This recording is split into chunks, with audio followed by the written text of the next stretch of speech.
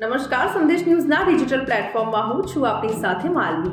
હવે જો કોઈ પણ ડોક્ટર તમને એવી ફરજ પાડતું હોય ને કે અહીંયા તમે સારવાર કરાવી છે તો અહીંયાના મેડિકલ સ્ટોરમાંથી જ તમે દવા લો,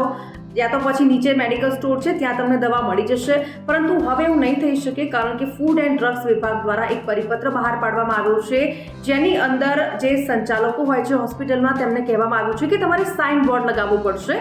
જેની અંદર તમારે લખવું પડશે કે આ હોસ્પિટલમાં દવા ખરીદવી ફરજિયાત નથી। આ પ્રકારનું સાઇન બોર્ડ લગાવવું પડશે। આ પ્રકારનો આદેશ આપવામાં આવ્યો છે કારણ કે ઘણી બધી જગ્યાઓ થતું હોય છે, જ્યારે દર્દીઓ હોસ્પિટલમાં સારવાર લેવા જાય છે તો ડોક્ટર એને એક પ્રકારનું પ્રિસ્ક્રિપ્શન લખી આપતા હોય છે, જેથી કરીને એ દવા એને ઇન હાઉસ મેડિકલ સ્ટોરમાંથી ખરીદવી પડતી હોય છે, પરંતુ હવે એવું નહીં કરી શકો। કોઈ પણ દર્દી કોઈ પણ મેડિકલ સ્ટોરમાંથી દવા ખરીદી શકે છે। આજે રાજ્યના નાગરિકોને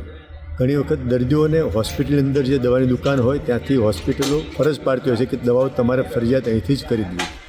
તો આનાથી ઘણી વખત દર્દીઓને આર્થિક નુકસાન થતું હોય છે, ઘણી વખત આ દર્દીઓને શંકાઓ થતી હોય છે। આથી આવું ન બને એના માટે જે હોસ્પિટલની અંદર દવાની દુકાન કે ફાર્મસી આવેલી હોય એમને મેં એક વોલેન્ટરી એક સર્ક્યુલર કર્યો છે। એ લોકોએ ત્યાં એક બોર્ડ મારવું કે હોસ્પિટલમાંથી દવા લેવી ફરજિયાત નથી। દર્દીને અનુકૂળ હોય એવી જગ્યાએથી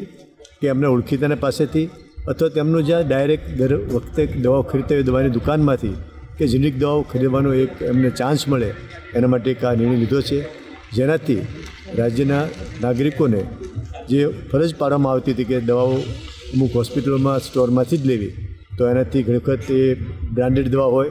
એમઆરપી ખૂબ ઊંચી હોય તો કોઈ વાર એને આર્થિક નુકસાન પણ થતું હોય, તો આ જ દવા